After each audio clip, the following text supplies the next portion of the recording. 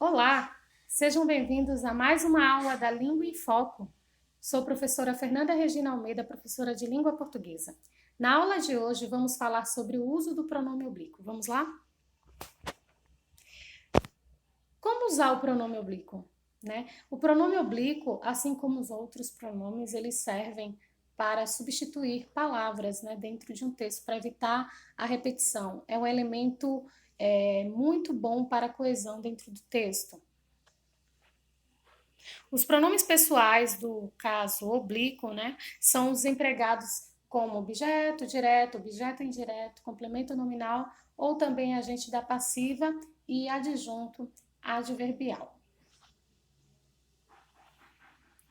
Os pronomes oblíquos átonos são me, ti, o, ali,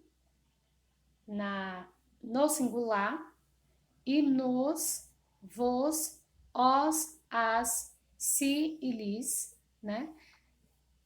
no plural. Já os pronomes oblíquos tônicos do singular tem mim, ti, ele, si, e no plural nós, vós, eles, elas e si. Combinados com os pronomes tônicos, a preposição com dá origem a as formas comigo, contigo, consigo, conosco e convosco.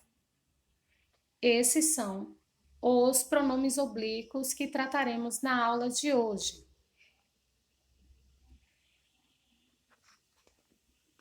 Os pronomes me, ti, nos, vos e si são empregados como objetos diretos ou indiretos. E o que vem a ser objeto direto e indireto, O objeto direto e indireto são os complementos do verbo. Quando este complemento vem sem preposição, é objeto direto. E quando este complemento do verbo vem com preposição, é objeto indireto. Logo, eles me respeitam. Respeitar alguém, Quem respeita, respeita alguém. Então, o me, ele vai funcionar aqui como complemento do verbo respeitar, sem o uso de preposição. Ele é objeto direto. Já os pronomes o, a, os e as, eles só funcionarão como objetos diretos. Fechou-a e saiu. Fechou o quê? Fechou algo, Então, não fechou de algo, não usa-se preposição no complemento do verbo fechar. Logo, o a que foi empregado aí para substituir, Possivelmente, digamos que seja a palavra porta, fechou a porta e saiu, digamos que seja isso, funciona como objeto direto. Os pronomes li e lis são sempre empregados como objetos indiretos. Então, quando eles forem empregados dentro de um contexto, você vê o pronome lis ali, ele vai ter a função de objeto indireto. Então, devolverei se estas coisas pertencerem-lhes. Pertencer a alguém, Então, o verbo pertencer é um verbo que vai exigir uma preposição. Logo, esse lis aí, além de substituir, uma palavra dentro de um contexto, ele vai ser objeto indireto.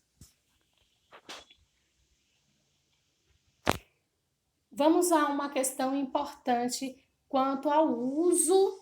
A gente viu a função anteriormente. Agora a gente vai ver a questão do uso mesmo do pronome oblíquo. Quando seguidos de verbos que terminam em z, s ou r, os pronomes o, a, os e as assumem as formas lo, lá, los e las. Nesse caso, a terminação é retirada. Vamos ver? Se for comes, eu vou retirar o S, E vou colocar, digamos, comê-los, Então, eu vou colocar o pronome los. Então, reiterando, né? Quando seguidos de verbos que terminam em Z, S ou R, a gente vai substituir os pronomes o, a, os e os por lo, lá, los e las, né? Então, se eu quiser, né? Digamos que eu estou me referindo a frutas, por exemplo, eu vou colocar a palavra comê-los, né? Porque eu vou tirar o S e vou substituir por los.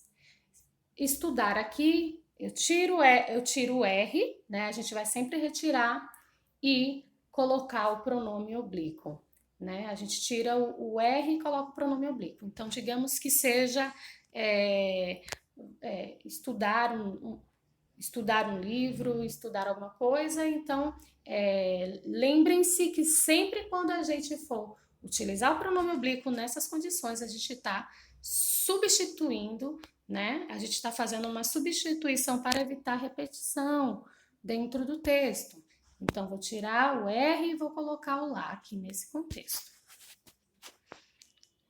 E assim, quando seguidos de verbos que terminam em som nasal, sempre quando terminar com som nasal, os pronomes assumem as formas nó, nas, nós e nas. Então, eles não vão perder, né, a sua forma nasal, só vão ser substituídos, né, por no, na, nos e nas. Então, levaram-no, retém-na, põe-nos, ouvem-nas. Mas é importante, vou enfatizar mais uma vez, que o fato de usar nó e na vai depender de que palavra está se referindo.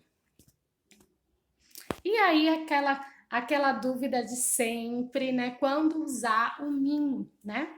Então, min é um pronome pessoal oblíquo tônico, como vimos anteriormente, né? Enquanto que o a, o o, o os e as e o lis, que a gente trabalhou durante essa aula, eles são átonos, o min ele é tônico. Então, é utilizado quando assume a função de objeto indireto, devendo estar sempre precedido por uma preposição. Por isso que ele assume sempre a função de objeto indireto, porque ele vai estar sempre acompanhado de uma preposição.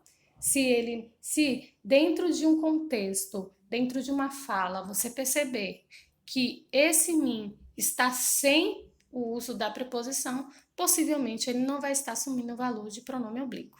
Assim, para mim, deve ser utilizado sempre que se referir ao objeto indireto da frase. Este presente é para mim.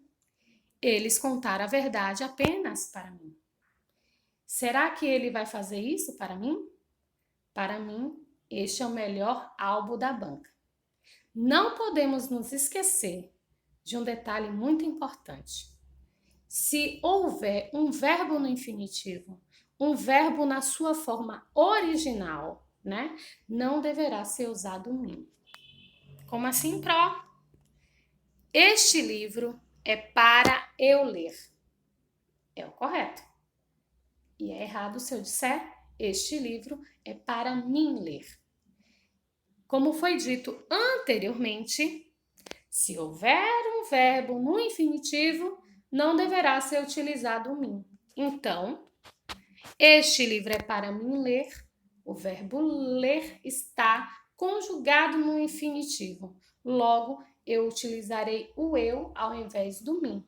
Então, o eu é um pronome pessoal do caso reto, né? Como todos vocês sabem, devendo ser utilizado como assume a função de sujeito.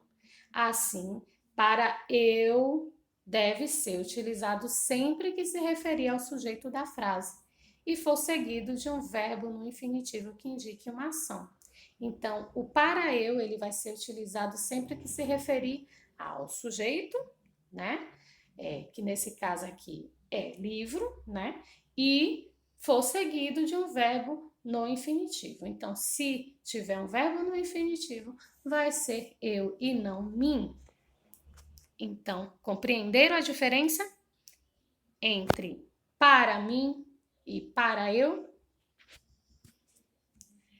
Se tiver alguma dúvida, Mande mensagem no meu e-mail e até a próxima aula.